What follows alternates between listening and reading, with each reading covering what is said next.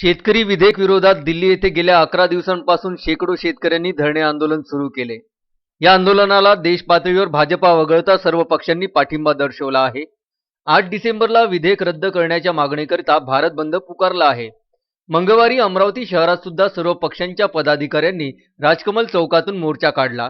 यात शिवसेना, काँग्रेस, राष्ट्रवादी, रिपाई, मार्क्सवादी कम्युनिस्ट पक्षांसह अनेक पक्षांच्या पदाधिकाऱ्यांनी मोर्चात सहभाग घेतला। गांधी चौक, इतवारा बाजार, चित्रा चौक ते जयस्तंभ चौकापर्यंत मोर्चा काढण्यात आला। रस्त्याने उघडलेली दुकाने जबरदस्तीने बंद करण्यात आली। यामध्ये मोची गल्लीत जाऊन दुकानदारासोबत बाचाबाची सुद्धा करण्यात आली। मोर्चाचे स्वरूप पाहता शहरात ठिकठिकाणी एसआरपी जवानांसोबतच शेकडो पोलीस तैनात झाले होते।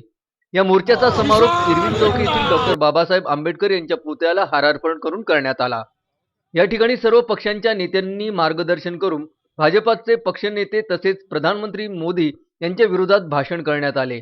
या मोर्चामध्ये माजी खासदार अनंत गुढे, आमदार सुलभा खोडके, माजी जिल्हा परिषद अध्यक्ष सुरेखा ठाकरे, शहर काँग्रेस अध्यक्ष किशोर बोरकर, नगरसेवक बबलू शेखावत, विलास इंगोले, राष्ट्रवादी महिला अध्यक्ष संगीता ठाकरे, युवक काँग्रेस अध्यक्ष निलेश गुहे यांच्यासह महाविकास आघाडीचे अनेक पदाधिकारी यांच्यासह शेकडो कार्यकर्ते सहभागी झाले होते।